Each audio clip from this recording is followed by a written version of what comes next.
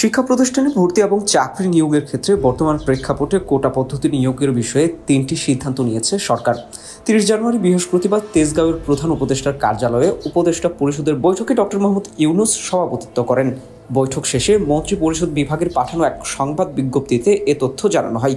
বিজ্ঞপ্তিতে বলা হয়, 2024-25 শিক্ষাবর্ষে সরকারি বেসরকারি মেডিকেল কলেজ, ডেন্টাল কলেজ ইউনিটগুলোতে মুক্তিযোদ্ধা, শহীদ মুক্তিযোদ্ধা ও বীরাঙ্গনার সন্তানদের জন্য সংরক্ষিত 5% আসনে শিক্ষার্থী ভর্তির বিষয়ে আলোচনা হয়। প্রথম সিদ্ধান্ত, উপদেষ্টা পরিষদের বৈঠকের আলোচনা অনুযায়ী স্বাস্থ্য, শিক্ষা, পরিবার কল্যাণ বিভাগ, আইন ও বিচার বিভাগ, শিক্ষা মন্ত্রণালয় এবং মুক্তিযুদ্ধ বিষয়ক মন্ত্রণালয় এ বিষয়ে প্রয়োজনীয় কার্যক্রম গ্রহণ করবে। দ্বিতীয় সিদ্ধান্ত, জনপ্রশাসন মন্ত্রণালয় সরকারি চাকুরিতে নিয়োগের ক্ষেত্রে বর্তমান প্রেক্ষাপটে কোটা পদ্ধতি প্রয়োগের বিষয়ে মতামত বা সুপারিশ সহ সারসংক্ষেপ উপদেষ্টা পরিষদ বৈঠকে উপস্থাপন করবে।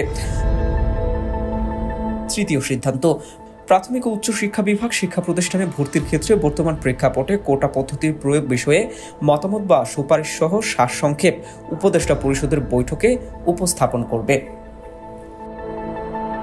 Desk report, metro TV.